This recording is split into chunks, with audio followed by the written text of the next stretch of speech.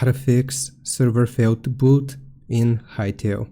The first thing that I suggest doing is going to be opening up your computer search and searching for date and time settings. Click on that option.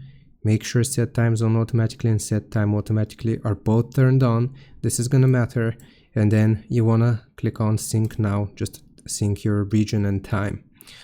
Once you have done this, we can proceed to the second method, which will be opening up our computer search yet again, searching for view network connections, clicking on view network connections.